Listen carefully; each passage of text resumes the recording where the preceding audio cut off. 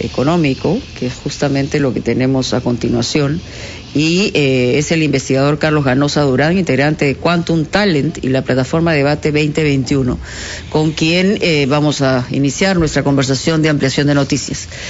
¿Cómo está, Carlos? Bienvenido. Buenos días, muchas gracias por la invitación. A ver, este es un trabajo que han realizado varios especialistas y está basado en una premisa que efectivamente todos probablemente sabemos, pero que no aterrizamos, ¿no? Que si bien es cierto, en las últimas décadas hemos gozado de una especie de crecimiento económico, lo que no ha ocurrido es que ese crecimiento económico, por un Estado precario, débil, sin instituciones fuertes, es que hemos logrado algún tipo de desarrollo, y es lo que estamos hoy pagando y es lo que se ha evidenciado. ¿Cómo podemos graficar esta situación? Es decir, por un lado teníamos esta engañosa sensación de que habíamos mejorado mucho, pero por otro lado, en realidad la calidad de vida de los peruanos no había mejorado, apuntando hacia el desarrollo que te puede traer el bienestar económico, ¿no?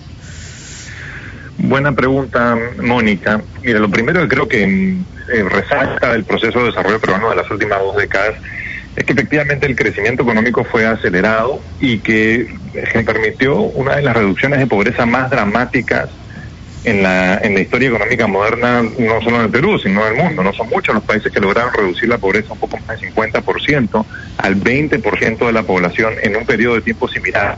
Sin embargo, entonces eso sin ninguna duda es algo que resalta y algo que tenemos que encontrar cómo continuar. Cuando buscamos oportunidades de mejora, que sin duda las hay y las hemos visto de una manera muy cruda en el desenlace de los acontecimientos pandémicos, es que cuando tratamos de entender el bienestar desde una perspectiva más amplia, vemos por ejemplo capacidades de los individuos en educación, en salud, y buscamos un índice como el indicador de desarrollo humano, que trata de medir el bienestar de una manera más completa, vemos que el Perú no progresó en esos indicadores a la velocidad a la que sí progresó en el indicador de ingreso per cápita. Y si tuviésemos el nivel de ingreso per cápita que corresponde a nuestro nivel de desarrollo humano, estaríamos 10 años más atrás, estaríamos al nivel de Argelia, o con un ingreso per cápita 30% inferior. Entonces, la gran tarea pendiente que tenemos es encontrar cómo logramos expandir las capacidades de los ciudadanos en educación, en salud, en acceso a empleo productivo, de una manera también acelerada, y para eso necesitamos un Estado mucho más competente, más sólido, y ese es el gran descuido que hemos tenido en las últimas décadas. Señor Ganosa, hace unos años publicó un libro usted que iba un poco a contracorriente bajo el título de El Perú está calato, en donde justamente hacía unas críticas sobre un optimismo superficial sobre indicadores económicos que no tomaban en cuenta la falta de reformas de fondo. A principios de la pandemia usted insistió que lo más grave para luchar contra la pobreza es reducir la informalidad, y sobre este tema justamente se ve poco en los planes de gobierno. ¿Qué grandes orientaciones le parece a usted que deben ser respetadas para reducir la informalidad en nuestro país? Sí, mira, efectivamente la informalidad, el alto nivel de empleo es una de las grandes vulnerabilidades que tiene el Perú, y que nuevamente la pandemia nos las ha restregado en la cara de la manera más cruda y con un sufrimiento inimaginable. Y hay tres dimensiones necesarias para combatir la informalidad. La primera es la más básica, es la creación de empleo formal a través del crecimiento económico. Si no estamos expandiendo la capacidad productiva del país, si no se están creando más empleos formales, entonces cualquier esfuerzo de reducir la informalidad va a tener un techo muy bajo. Entonces necesitamos políticas que impulsen el crecimiento del sector privado para crear más empleo formal. Sin embargo, eso no es suficiente, porque vimos también que en los últimos años, o sea, la década dorada de la economía peruana, se creció a tasas altas y el empleo informal se redujo poco. Ahí es donde vienen las distorsiones en el mercado laboral que desincentivan el empleo formal por más que las empresas estén expandiéndose, y eso es lo segundo que hay que tomar. Y hoy hay desde restricciones a nivel el nivel más alto de interpretación constitucional, por ejemplo, el precedente de reposición laboral del Tribunal Constitucional, que ha precarizado el empleo, ha generado contratos temporales, que generan una mucho mayor rotación de personal y que alimentan la informalidad, hasta todo el conjunto de subsidios que existen hoy para mantener empresas poco productivas, pequeñas, atoradas en trampas de informalidad y que hoy concentran un porcentaje del empleo muy grande. Entonces, entender cómo poder facilitar que ese conjunto de ese océano de empresas pequeñitas que hoy concentran tanto empleo informal, podamos dividirlas entre las que realmente pueden crecer y facilitar su crecimiento, y aquellas en las que las personas realmente estarían mucho mejor empleándose formalmente en una empresa más grande. Eso es algo clave, y para eso hay que limpiar un poco la regulación, tanto laboral como tributaria. En realidad dejar de que sea inflexible, esa es la palabra, porque el problema está que protege unos pocos productivos además, y el resto se queda en la calle. Así es. Carlos. Yo veo un tema muy interesante en este estudio que se ha realizado, y es la creación de una unidad especializada de asuntos legislativos que dependa del presidente del Consejo de Ministros.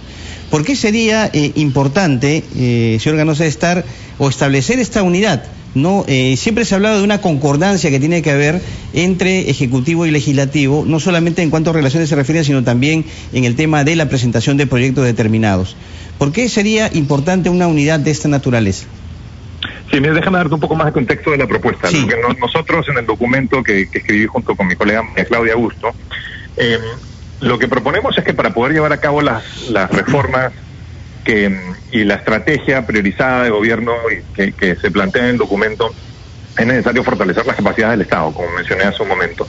Y el primer paso para fortalecer las capacidades del Estado es fortalecer el centro de gobierno. O sea, el centro de gobierno entendido como ese núcleo donde se toman las decisiones más altas y se prioriza la asignación de recursos a nivel gobierno central, que es formado por la dupla PCM, Ministerio de Economía y Finanzas. Todos los países que han logrado gestiones públicas mucho más exitosas han fortalecido su centro de gobierno. Desde Chile, Estados Unidos, Canadá, Reino Unido, Malasia, Indonesia, han encontrado formas de fortalecer su centro de gobierno y dotarlo de una tecnocracia que permite acompañar al presidente de la República, al presidente del Consejo de Ministros, en entender cómo tiene que ir mejorando el Estado y el gobierno en términos de su capacidad para implementar políticas públicas, para poder llevar a cabo con éxito las prioridades del gobierno. Y una de esas cosas que tiene que poder hacer bien el gobierno, sobre todo dado lo que hemos visto en los últimos años, es poder desarrollar una agenda de trabajo conjunta con el legislativo. Entonces, eso requiere también de una unidad especializada que pueda facilitar que el gobierno pueda maniobrar bien, negociar bien y llegar a consensos, trabajar en equipo con un legislativo fragmentado y donde el gobierno no va a tener una bancada que le permita fácilmente llegar a acuerdos. Y se prevé que el Congreso que viene va a ser más fragmentado todavía. Así es, y en países donde esto funciona mejor, digamos, eso es también parte de un conjunto, de una especialización, un conjunto de personas que más allá de sus preferencias políticas tienen un nivel de especialización grande en relaciones ejecutivo-legislativo, se dedican a esto y están al servicio del gobierno para facilitar, tender puentes, negociar y navegar por la legislación que norma las relaciones entre los dos poderes del Estado. Sí. Ahora, solamente antes de pasar a la pregunta de Fernando, bueno, tenemos que ir a una pausa, tenemos un montón de preguntas todavía pendientes. Le pedimos, por favor, señor Ganosa, que nos espere unos minutitos. Estamos de regreso en Ampliación de Noticias en un instante.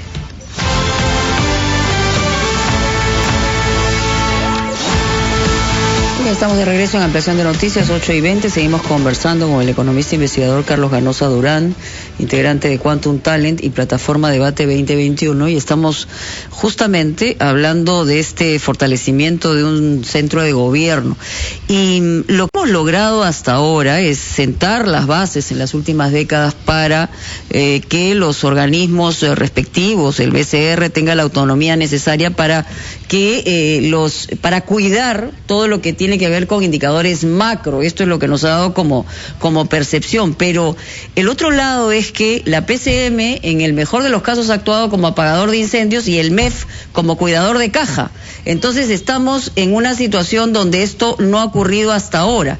Y lo que vemos en la mirada inmediata, posterior a esta primera vuelta electoral, es que eso se podría agudizar. ¿Qué se tendría que hacer antes de que se vaya este gobierno para por lo menos sentar alguna base adicional? Mira, creo que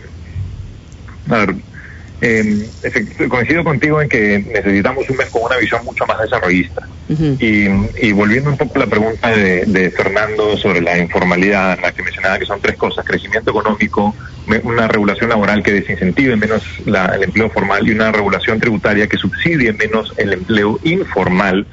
Esa visión yo creo que tiene que venir desde el MEF. Un MEF que esté pensando no solo en finanzas públicas ordenadas, que es fundamental y que una prioridad, algo básico que tenemos que lograr es recuperar la solidez de nuestras finanzas públicas, pero que puede ir también más allá de eso y plantear una visión de desarrollo junto con PCM, articular esa visión en políticas públicas en diferentes niveles, en diferentes espacios del gobierno para llevarlas adelante. Este gobierno ahorita, la verdad, es un gobierno de transición y creo que no le corresponde empezar en esa dirección, y me parece que está haciendo todo lo posible dado lo que le ha tocado y dado la forma como tomó el poder, que fue absolutamente inesperada. Entonces creo que lo más importante para los siguientes 5 años es poder articular esa visión en base a estos ejes de reducir la vulnerabilidad, recuperar las finanzas públicas sanas, mejorar la competitividad del sector privado, crear más empleo formal y poder dotar a las personas de mayores capacidades, mejor acceso a salud, a educación y mayores oportunidades para que mejore su bienestar. Señor Ganosa, usted aborda también a veces algunos temas políticos propiamente tales, sobre todo cuando concluye que es indispensable para mejorar la calidad de los servicios del Estado y la innovación y competitividad del sector privado un gobierno más eficiente, con una clase política más eficiente, que tenga alicientes, dice usted. Ahora, la paradoja es que en nuestro país no hay reelección, de manera que se está privando la posibilidad de que quien lance políticas públicas eficaces pueda continuarlas y ver su éxito. ¿Diría usted que la no reelección es una de las claves de la desmotivación de los dirigentes políticos en el Perú? Mira, creo que es una, sin duda, y no es la única, pero es una de ellas. No hay ningún tipo de rendición de cuentas hacia el elector, que el elector, el votante, no puede premiar a los congresistas que hicieron un buen trabajo, los congresistas que actuaron en pro de la gobernabilidad, que trataron de frenar leyes populistas, que más bien pasaron leyes que mejoraban la capacidad del Estado para atender necesidades reales de la ciudadanía, o lo mismo con personas en gobiernos subnacionales. Y por otro lado hay también toda una serie de temas relacionados al sistema de partidos que son claves reformar para lograr partidos con una visión de país, con incentivos de largo plazo, que no sean simplemente cascarones vacíos, y que puedan albergar a políticos de carrera que también ven un horizonte largo de tiempo en el cual van a ejercer una profesión al servicio de la ciudadanía y del Estado. No hay nada de eso tenemos. Y el resultado es que terminamos con políticos amateur, con horizontes de muy corto plazo, por lo general aliados con intereses mercantilistas que buscan utilizar recursos del Estado para beneficio propio, y lo que tenemos es la andanada populista, clientelista y infiltración del Estado que hemos estado viendo, y eso no lo vamos a frenar si no hacemos una reforma política mucho más integral. Yo creo que eso es lo más importante como país que tenemos que tener claro hoy. Hay un tema que ustedes abordan en el estudio y es la mortalidad infantil por diversos motivos. El objetivo es bajar en 50% esta brecha que hay, ¿no?, entre una región que tiene la mayor tasa de mortalidad infantil y la que tiene la menor. ¿Bajo qué estrategia se puede lograr? ¿De qué manera este gobierno, los anteriores, han desarrollado esta política? Y si es que usted ve que en las propuestas hay un enfoque adecuado, en las propuestas me refiero de los candidatos, un enfoque adecuado para lograr este objetivo. Sí, mira, a lo que apuntamos ahí es que si bien el Perú ha tenido un avance importante en varios indicadores de salud, como esperanza de vida o precisamente esa mortalidad infantil, esos promedios nacionales esconden disparidades dentro del territorio que son muy alarmantes. Entonces, la diferencia, por ejemplo, entre la mejor región de mortalidad infantil, que evidentemente es Lima, y la peor región, es equivalente a la diferencia que podría existir entre Noruega y Haití. Entonces, esas son más o menos las realidades que pueden convivir dentro del territorio. Y por eso lo que planteamos es que una prioridad tiene que ser reducir esas desigualdades en salud. Y algo súper importante para eso que se ha trabajado mucho por expertos en salud y que dentro del programa de Perú de Debate hay un documento de política que aborda específicamente el tema, es pasar a un concepto de redes integradas de salud en el que la atención primaria sea mucho más importante como una estrategia para de prevención primero, de atención temprana y de atención rápida con mucho mayor capilaridad y con mucho mayor cobertura, ¿no? Hoy un porcentaje muy grande de los pacientes termina siendo derivado a centros que no son de atención primaria, lo que genera ineficiencia, lo que genera atenciones tardías, congestión, y impide hacer un buen trabajo de prevención de salud comunitaria y tener una buena cobertura, porque evidentemente los centros especializados y más complejos no los puedes tener con la capilaridad que quisieras. Entonces, en documentos como el de Jenny Seinfeld y sus coautores abordan bastante bien este tema, y lo que los expertos recomiendan ahí es poder avanzar hacia un modelo de ese tipo. Y solamente para concluir, porque nos queda 1 minuto y medio, frente a lo que tenemos en el proceso electoral, se ha planteado en esta oportunidad no solamente una polarización y menudencia dentro de la perspectiva de cada uno de los candidatos, porque son muy pequeños los porcentajes de decisión que ha tomado la población. ¿Los peruanos están frente a una disyuntiva entre izquierdas y derechas o estamos frente a otro tipo de disyuntivas? Mira, yo creo que estamos frente a una disyuntiva mucho más aguda de populismo versus buen gobierno, versus un gobierno representativo y eficaz, ¿no? Y por populismo me refiero a políticos que van a más bien ponernos a los peruanos los unos contra los otros, a llevar a cabo medidas políticas que no son sostenibles, que nos van a generar una factura mucho más grande en el mediano y largo plazo. Son cosas por las cuales el Perú y muchos otros países han pasado. Ya es una historia, es una película que ya se sabe cómo termina, que suelen además estar en contubernio con la corrupción o ser cómplices, son muy tolerantes de la corrupción, y creo que estamos en la situación en la que vive un país como el Perú hoy. Es un muy buen caldo de cultivo para políticos, así ya sea en esta elección o en la siguiente. Entonces, más allá de que nos libremos de eso en esta elección, lo más importante también es sentar las bases para que en la próxima elección no tengamos que estar cruzando los dedos de nuevo, de tener buena suerte y que no nos toque un presidente o que no nos toquen políticos de ese tipo. Sí, bueno, cruzar los dedos hasta de los pies, la verdad, porque en una situación como esta hay que hacer todo lo posible. Muchas gracias al señor Ganosa por estar con nosotros, a Carlos Ganosa Durant. Tenemos que ir a una pausa, titulares, y ya regresamos.